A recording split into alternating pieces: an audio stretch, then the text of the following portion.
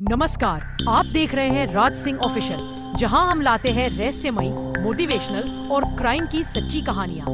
बंद आज की कहानी है एक ऐसे दरवाजे की जो 150 साल से है और जिसे खोलने वाला कभी लौट कर नहीं आता। तो चलिए शुरू करते हैं अंतिम दरवाजा की डरावनी दास्तान। बहराइच के एक छोटे से गांव रूपापुर में एक पुरानी हवेली थी जिसे लोग अंतिम दरवाजे वाली हवेली कहते थे। लोगों का मानना था कि उस हवेली का एक दरवाजा कभी नहीं खुलता और जो भी उसे खोलने जाता है वो वापस नहीं आता। राहुल अवस्थी नाम का एक लड़का था जो लखनऊ में रहता था। उसके दादाजी उसी गांव के थे। बचपन में दादाजी ने उसे बताया था कि उस दरवाजे में कुछ भयानक है और कभी भी वहां मत जाना।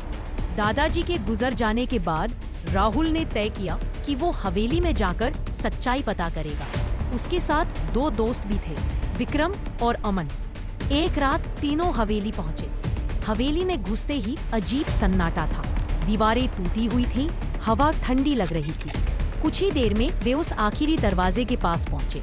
बिना छुए ही दरवाजा अपने आप खुल गया। अंदर अंधेरा था, लेकिन किसी की मौजूदगी महसूस हो रही। कमरे के बीचों बीच एक संदूक रखा था।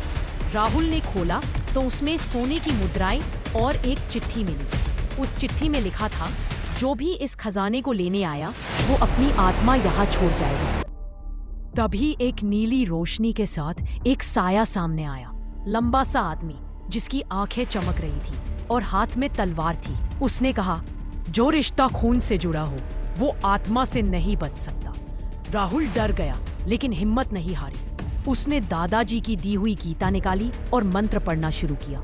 थोड़ी देर में वह साया गायब हो गया और दरवाजा खुल गया। तीनों भागकर बाहर निकले।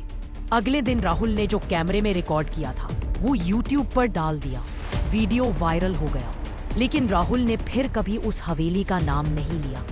गांव के लोग आज भी उस हवेली से दूर रहते हैं। कहते हैं कुछ दरवाजे ऐसे होते हैं जो बंद ही अच्छे लगते हैं।